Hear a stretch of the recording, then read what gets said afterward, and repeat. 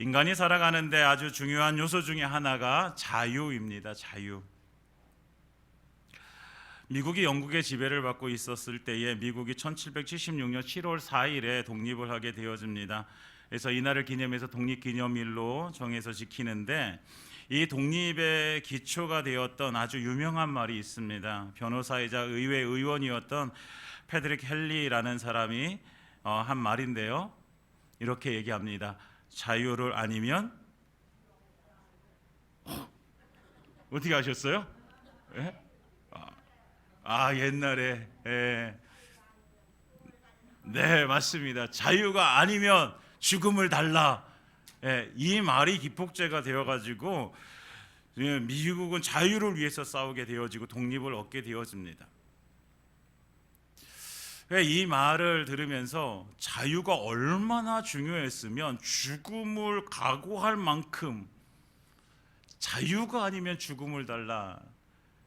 그러니까 그 자유를 뭐와 바꿀 수 있는 거예요? 죽음과 바꿀 수 있다는 거잖아요. 그러니까 자유가 얼마나 중요한지 우리는 알게 되어져요. 우리도 일제 시대를 거쳐왔기 때문에 이 자유가 얼마나 중요하고 목숨을 걸고 싸워야 하는지를 우리는 너무나도 잘 알고 있잖아요. 자유. 그래서 오늘 우리가 이 자유에 대해서 함께 말씀을 나눠볼 텐데, 오늘 그리스도인들이 있어서 진정한 자유가 무엇이고, 그리고 그 자유한 자로 살아가는 삶의 모습이 어떠한지 우리가 함께 말씀을 통해서 나누기를 원합니다.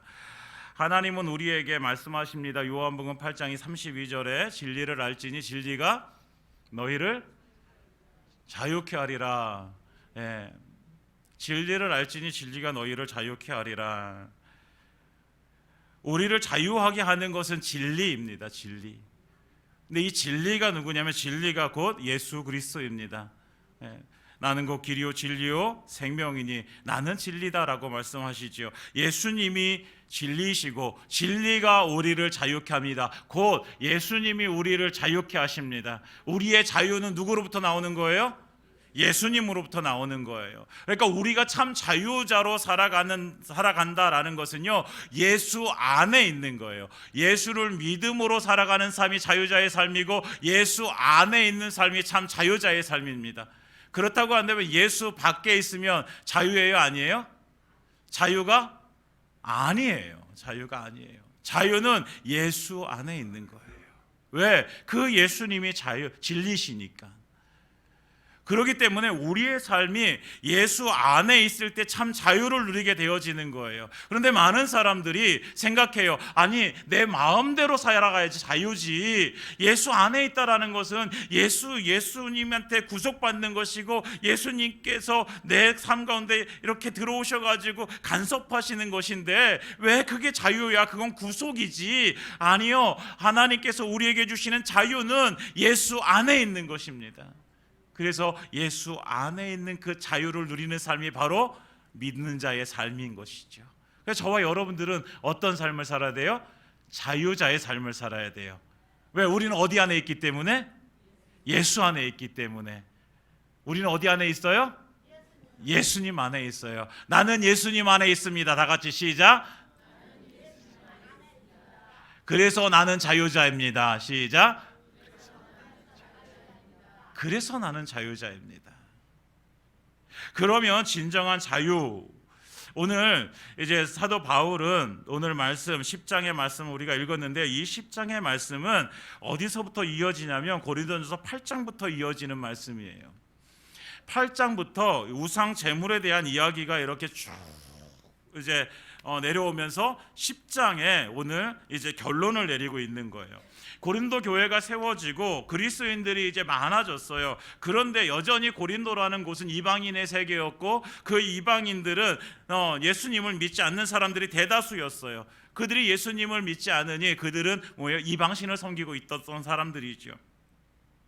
그러니까 이방 세계에 살면서 그리스도인들이 만날 수 있는 많은 상황들 중에 하나가 무엇이냐면 우상에 대한 제물에 대한 거예요.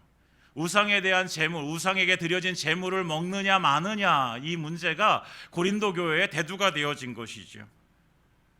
그래서 이게 문제가 되어진 거예요, 고린도 교회에. 아니 어떤 사람은 우상에게 드려진 제물을 먹어도 괜찮다고 하는 사람이 있고, 어떤 사람은 우상에게 드려진 제물인데 먹으면 되냐, 안 되지 그거는 이라고 얘기하는 사람이 있어요. 그래서 사도 바울은 이 문제에 대해서 고린도 교회 성도들에게 편지를 쓰면서 결론을 내려줍니다. 무엇이라고 얘기하냐면 그것은 자유다라고 얘기해주고 있어요. 결론, 먹을 수 있는 자유, 먹지 않을 수 있는 자유. 그러니까 먹는 것에 대해서 너희가 뭐라고 할 수도 없고 먹지 않는 것에도 뭐라고 할 수도 없다, 자유다라고 얘기합니다. 그러면서 8장 13절에 자기 고백을 하게 되어지는데, 모든 것에 자유하나 그러나 자기, 그러므로 만일 음식이 내 형제를 실족하게 한다면 나는 영원히 고기를 먹지 아니하여 내 형제를 실족하지 않게 하리라. 아멘. 이렇게 자기 고백을 하게 되어져요. 그러니까 왜 여기서 왜 고기 문제가 나오냐면, 그 우상에게 드려진 제물이라는 것이 결국은 고기예요. 고기. 그 당시에는 이방인 세계에서는요, 고기가 시장에 나와서 먹게 되어지는데, 그런데 그 고기가 다 어디서 나오냐면 제물로 드려진 고기들이 나오게 되어져서 팔리는 거예요. 그러니까 그들이 먹는 고기들은 대부분 99%는 다 뭐예요? 우상에게 드려진 고기예요. 그러니까 그거를 먹느냐 마느냐. 근데 사도 바울은 고백하죠. 나에게 그것을 먹을 수 있는 자유가 있다. 그러나 만약에 내가 그걸 먹는 것으로 인하여 내 형제가 실족하게 되어진다면 나는 먹지 않겠다라는 거예요. 고기 한 점 먹는 것보다 더 중요한 것이 뭐예요? 내 형제이기 때문에. 믿음이 약한 형제가 실족하여 믿음에 떠난다면 그 고기 내가 평생토록 안 먹어도 상관없어. 나는 고기 먹는 게 중요한 게 아니라 내 형제가 중요한 거야. 그래서 사도 바울이 이 대전제를 8장 1절에서 말해주고 있는데, 8장 1절에 이렇게 말씀해주고 있습니다. 8장 1절 한번 찾아볼까요? 8장 1절에 보면 이렇게 말씀해주고 있죠. 우리 다 같이 읽어보겠습니다. 8장 1절 시작. 우상의 제물에 대하여는 우리가 다 지식이 있는 줄을 아나니 지식은 교만하게 하며 사랑은 덕을 세우나니. 아멘. 이게 대전제예요. 우상의 제물에 대한 대전제. 그 제물에 대해서 너희가 지식이 있는데, 근데 지식은 뭐하게 해요? 교만하게 하고 사랑은 덕을 세운다. 이 대전제를 가지고 이제 이 문제를 풀어가는 거예요. 우상의 제물을 먹어도 된다는 지식이 있어요. 이것은 자유예요. 그런데 이 지식이 옳다고 해서, 이것이 자유라고 해서 다른 사람들 상관하지 않고 사용되어진다면 이것을 통해서 실족하는 사람이 생긴다는 거예요. 그러니까 이 지식이, 나는 이 지식이 자유야, 난 이 지식을 사용하는 게 자유야, 그래서 난 이걸 할 거야. 그런데 다른 내 형제가 실족해요. 그래도 나는 상관없어, 난 할 거야. 이게 교만인 거예요. 그걸 알고 있음에도 불구하고, 이게 자유임에도 불구하고 영혼을 위해서 그 자유를 쓰지 않는다면 그것이 사랑이지요. 그래서 사랑은 뭐예요? 덕을 세우는 거예요. 지식은 교만하게 하는 것이고. 사랑하는 여러분, 우리에게 필요한 것이 뭐예요? 지식입니까? 사랑입니까? 사랑입니다. 사랑. 사람을 살리는 것, 사람을 세우는 것 지식이 아니에요. 사랑이에요. 우리 많이 경험하잖아요.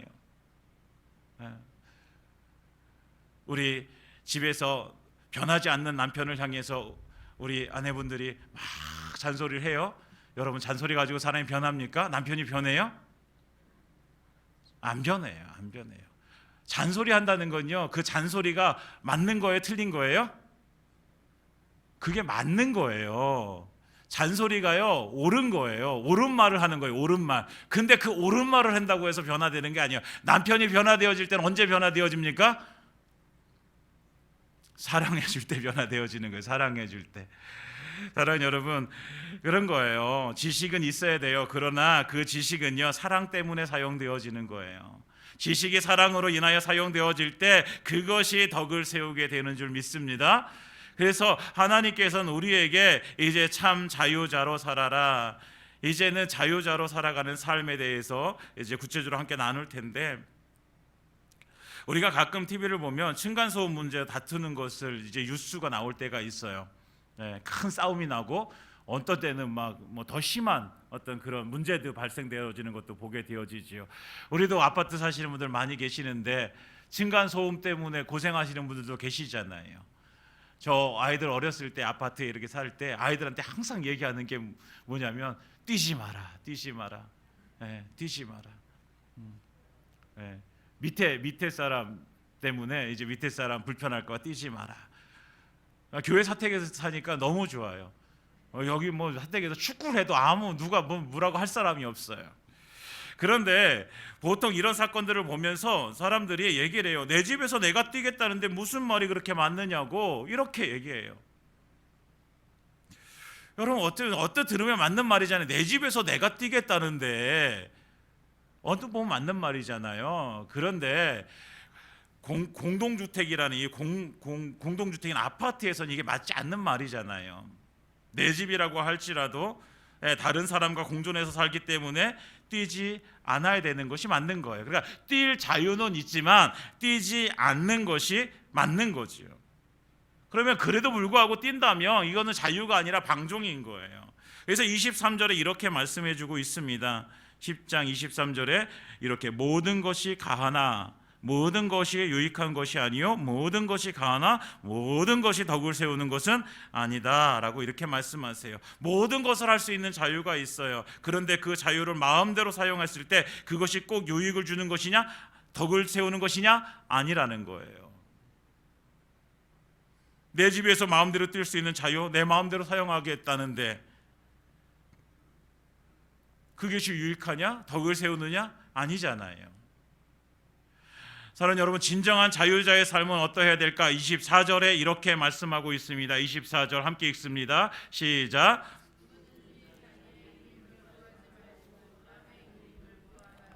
아멘. 이게 자유의 정신이에요. 이게 참 자유자가 살아야 될 자유의 정신이에요. 누구든지 자기의 유익을 구하지 말고 남의 유익을 구하라.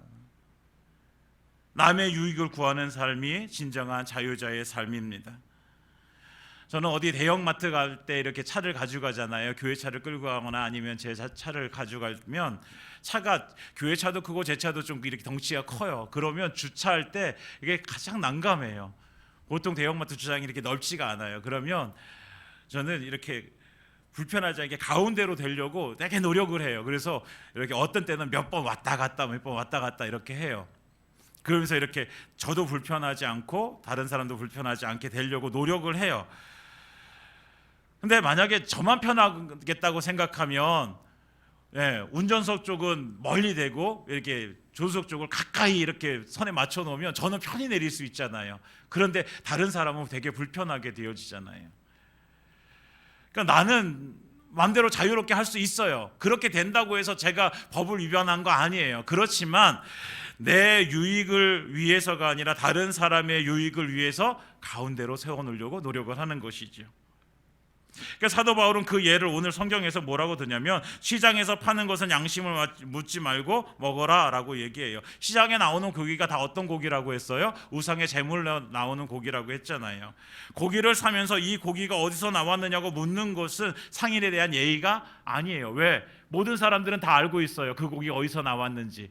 그러니까 그거 묻지 말라는 거예요. 묻지 말고 먹으라는 거예요. 그 답이 그것을 왜 먹지 말고 먹으라고 하냐면 26절에 이렇게 말씀하고 있죠. 이 땅과 거기 충만한 것이 다 주의 것임이라. 우리가 우상의 제물을 먹을 수 있는 자유가 있는 것은 그 모든 것들이 다 누구의 것이기 때문에 주의 것이기 때문에 우상에게 바쳐졌다는 것이 먼저가 아니라 그것을 하나님께서 먹을 수 있도록 우리에게 주신 것이 먼저인 거예요. 그렇기 때문에 모든 것이 다 주님의 것이기 때문에 우리는 그것을 먹어도 괜찮다라고 사도 바울은 우리에게 말해주고 있는 거예요. 하나님께서 우리에게 이렇게 말씀해주고 자유라는 것이죠. 그런데 아까 말씀드린 것처럼 사도 바울은 뭐라고 해요? 믿음이 약하여 고기를 먹지 못하는 자들을 위해서 자기는 실족하는 자들을 위해서 자기는 고기를 먹지 않겠다라고 얘기하는 것이죠. 그러니까 자유는요 제재를 받을 수 있는 거예요. 자유는요 내가 마음대로 하는 것이 자유가 아니라 틀 안에서 이루어지는 것이 자유인 것이죠. 그래서 어떻게 제재를 받냐면 27절 28절에 말해주고 있어요. 불신자의 집에 초대를 받아서 음식을 차려주게 되어지면 그걸 고기를 먹을 때에 그 고기 묻지 말고 먹어라 라는 거예요. 그런데 그것을 누군가가 너희에게 제물이라고, 이것이 우상의 제물이야 얘기한다면 너는 그것을 양심을 위하여 먹지 말아라. 누구의 양심? 그것을 말해준 사람의 양심을 위해서 먹지 말아라 라고 이렇게 말씀해주고 있습니다. 나는 먹을 수 있는 자유가 있는데 그 자유가 제한을 받게 되어지는 것이죠. 제재를 받게 되어지는 거예요. 어떤 사람은 이렇게 얘기해요. 야, 그거 눈치 보는 거 아니냐? 그럼 다른 사람 눈치 보면서 그거 먹어야 돼? 이거 먹는 거 안 먹는 거 이것도 눈치 보면서 해야 돼? 눈치 보는 것이 아니라요, 우리에게 있는 자유를 내가 스스로 포기하는 것이죠. 포기된 자유. 이 포기된 자유를 보여주신 분이 바로 우리 예수님이십니다. 예수님은 죄인이 아니셨어요. 그런데 예수님은요, 재판을 받으세요. 로마 총독 빌라도에게 가서 재판을 받는데 빌라도조차도 예수님의 죄를 찾지 못합니다. 그럼에도 불구하고 예수님은요, 십자가를 지고 돌아가세요. 예수님은 십자가를 지지 않으실 수 있는 자유가 있었어요. 그러나 성경대로 모든 사람을 구원하시기 위해서 예수님께서는 골고다 언덕에 올라가셔서 그 십자가를 지고 올라가셔서 그 위에 달려 죽으십니다. 포기된 자유예요. 예수님께서 그 십자가에서 얼마든지 내려오실 수 있었어요. 사람들은 예수님을 향해서 얘기해요. 십자가에서 내려와 봐라. 그러면 네가 하나님의 아들인 것을 내가 믿어주겠다라고 얘기해요. 예수님은요, 그 십자가에서 내려오실 수 있는 능력이 충분하셨어요. 그러나 예수님께서 내려오지 않으세요. 왜? 하나님의 뜻을 이루시기 위해서. 포기된 자유.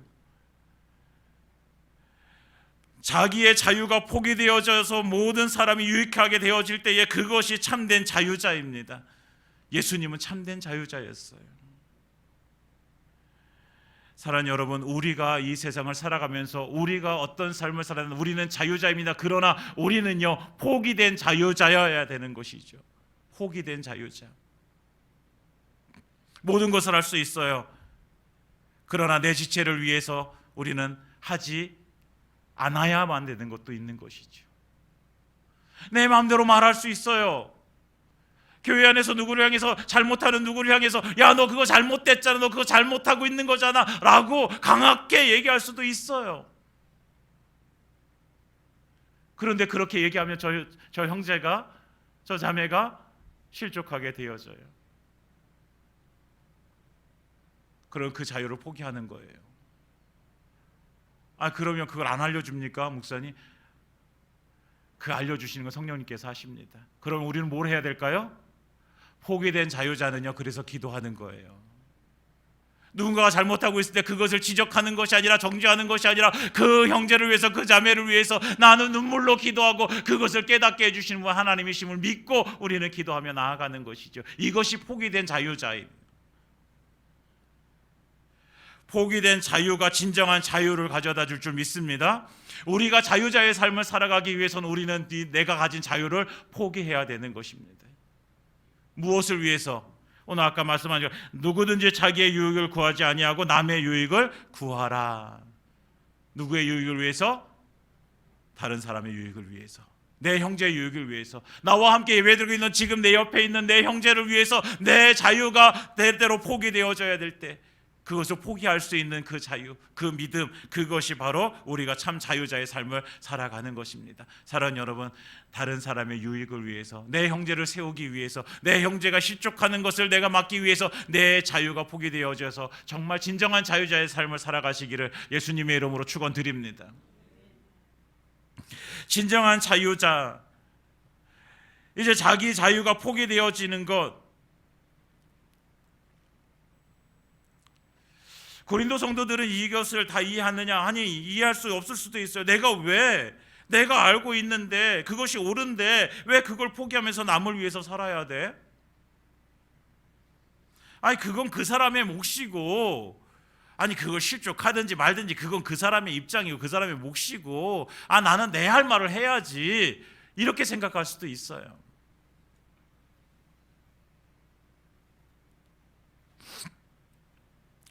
우상의 제물을 먹는 그 모습을 보면서 실족하는 사람들, 아니 그 실족하는 거 왜 네가 실족, 왜 자기가 실족하고 왜 나한테 그거를 왜 책임을 밀어? 이렇게 얘기할 수 있는 거죠. 만약에 그거 내 책임이 없다라고 얘기한다면 할 말이 없어요. 그러나 믿음이 약한 그 사람의 몫까지 내가 책임져야 되는 것, 이것이 하나님께서 우리에게 말해주는 사랑입니다.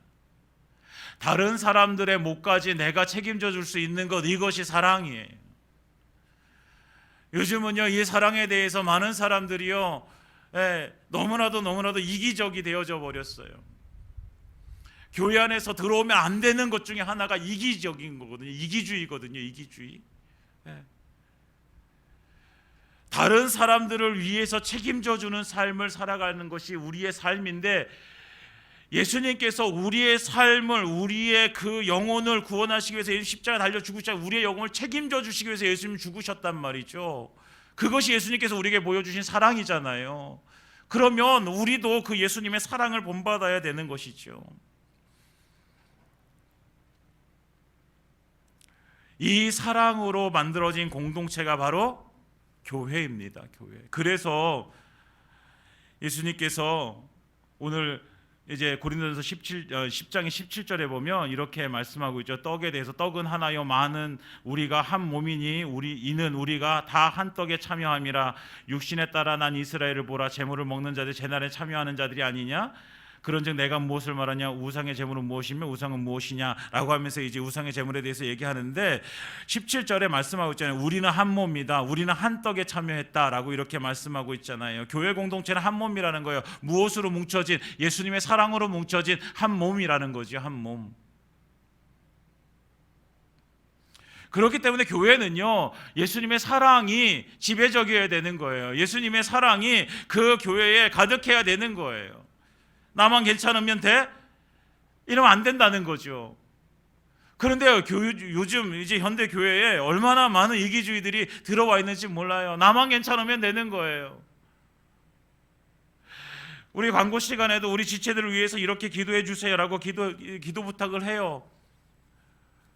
그러면요, 이 형제가 내 형제잖아, 내 형제. 그러면 같은 마음을 가지고 같이 기도하는 거예요. 그게 사랑이잖아요. 나는 안 아프니까, 내 육신의 가족은 아니니까. 그게 아니라, 사랑하는 여러분, 우리는 한 가족입니다. 우리는 한 몸입니다. 그래서 우리는 그 사랑으로, 예수님의 사랑으로 함께 기도해야 되는 것이죠. 사도 바울이 이런 말을 들은 거예요. 왜 내가 다른 사람 때문에 왜 내 자유를 침해받아야 됩니까? 이런 말을 들은 거예요. 그러니까 사도 바울이 29절과 30절에 이렇게 얘기하는 거예요. 누가 너희에게 이것을 재물이라 말하거든, 28절, 누가 너희에게 이것을 재물이라 말하거든 알게 한 자와 그 양심을 먹지 말라 라고 얘기하고, 내가 말한 양심은 너희의 것이 아니요 남의 것이니 어찌하여 내 자유가 남의 양심으로 말미암아 판단을 받으리요. 내가 말한 양심은 너희의 것이 아니라 누구의 것이에요? 남의 것이라는 거예요. 그래서 내 자유가 남의 양심으로 말미암아 판단을 받으리요, 판단을 받는다는 거예요. 30절에 내가 감사함으로 참여하면 어찌하여 내가 감사하는 것에 대하여 비방을 받으리요, 비방을 받을 수 있다라는 거예요. 이 말의 뜻이, 내가 자유롭게 하는 것이나, 그러나 이것이 판단하는 건 누구예요? 내가 판단하는 것이 아니라 남의 판단하는 거예요. 나는 내 자유를 가지고 살아가나, 그러나 이 자유를 가지고 살아가는 삶을 판단하는 것은 내가 아니라 다른 사람이 판단하는 거예요.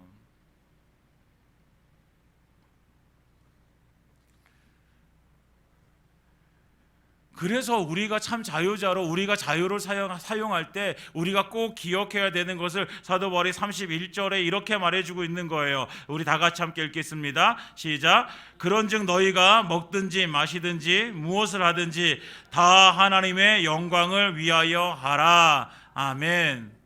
우리가 자유롭게 하는 모든 것들이 다른 사람들이 다 판단을 한다는 거예요. 그럼 맞잖아요. 우리가 어떤 말 한마디를 해요. 그러면 그거를 다른 사람들이 판단해요, 안 해요? 아, 왜 저 사람은 왜 저런 말을 해? 왜 저 사람은 왜 저렇게 행동해? 길을 가다가 구걸하시는 분이 계셔가지고 어떤 사람이 큰 돈을 꺼내가지고 한 100만 원쯤 꺼내가지고 이렇게 줬다고 생각해 보세요. 여러분들이 그것을 봤어요. 그럼 여러분들은 어떻게 생각하실까요? 어떻게 생각할까요?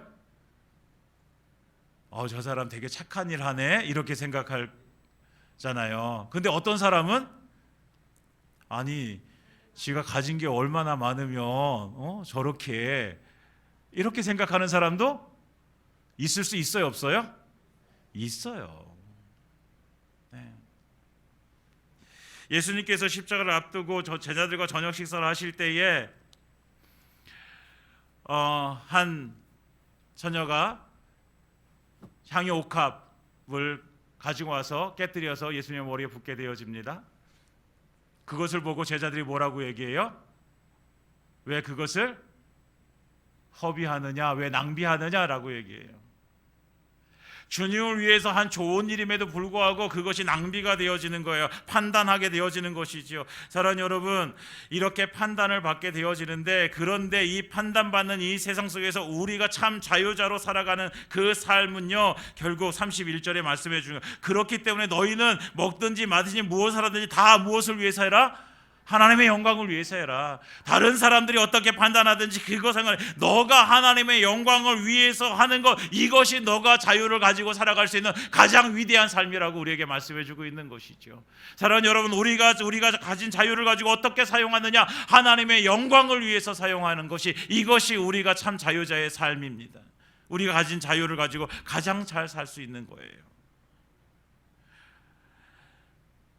하나님의 영광을 위해서 살아가는 것은 말씀을 가지고 내가 읽고 묵상하고 기도하고 내가 예배를 드리고 찬송하고 하는 것뿐만이 아니라, 내가 교회 안에서 내가 때때로 식사 봉사를 하고 내가 청소를 하고 내가 어떤 일을 하고 내가 먹고 마시고 하는 모든 일들이 다 무엇을 위해서? 하나님의 영광을 위해서 해야 될 줄 믿습니다. 이것이 우리가 자유를 가지고 살아가는 삶입니다. 사랑하는 여러분, 참 자유자는요, 하나님의 영광을 위해서 살아가는 사람입니다. 그래서 하나님의 영광을 위해서. 그래서 오늘 하나님의 영광을 위해서 살아가는데, 그럼 어떻게 사나요? 32절에 보면 소극적인 모습을 보여주는데, 유대인이나 헬라인에게나 하나님의 교회나 거치는 자가 되지 말라. 그러니까 피해주는 인생으로 살아가지 말라. 누구에든지 피해주는 인생으로 살아가지 말라. 이렇게 얘기해요. 우리가 하나님의 영광을 위해서 살아가는데 누구에게 피해를 주고 살아간다면 그것이 하나님께 영광이 안 된다는 거죠. 33절에는요 조금 더 적극적으로 얘기하고 있습니다. 나와 같이 모든 일에 모든 사람을 기쁘게 하여 자기의 유익을 구하지 아니하고 많은 사람의 유익을 구하여. 그러니까 좀 더 적극적으로 다른 사람 피해를 주지 않는 것은 소극적인 것이고요, 더 적극적으로 하면 무엇이에요? 다른 사람들에게 유익이 되어지는 삶을 살아가라라는 거예요.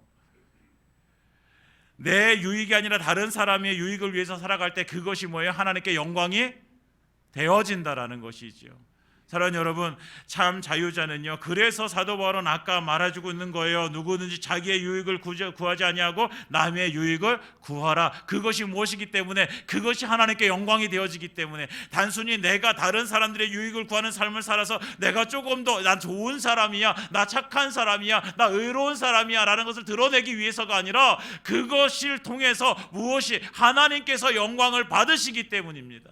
사랑하는 여러분, 참 자유자는 하나님의 영광을 위해서 살아가야 되는 것입니다. 우리 모두가 다 우리에게 주신 자유를 가지고 하나님의 영광을 위해서 살아가시기를 예수님의 이름으로 축원드립니다. 그리고 마지막으로 한 가지 짧게 나누면, 마지막 33절에 마지막에 이렇게 말씀하십니다. 그렇게 해서, 그렇게 유익을 구하여 그들로 구원을 받게 하라. 사랑하는 여러분, 참 자유자 삶의 목적을 여기서 말씀해 주고 있는 거예요. 진정한 자유의 사용 목적은 어디에 있습니까? 구원에 있는 거예요. 구원.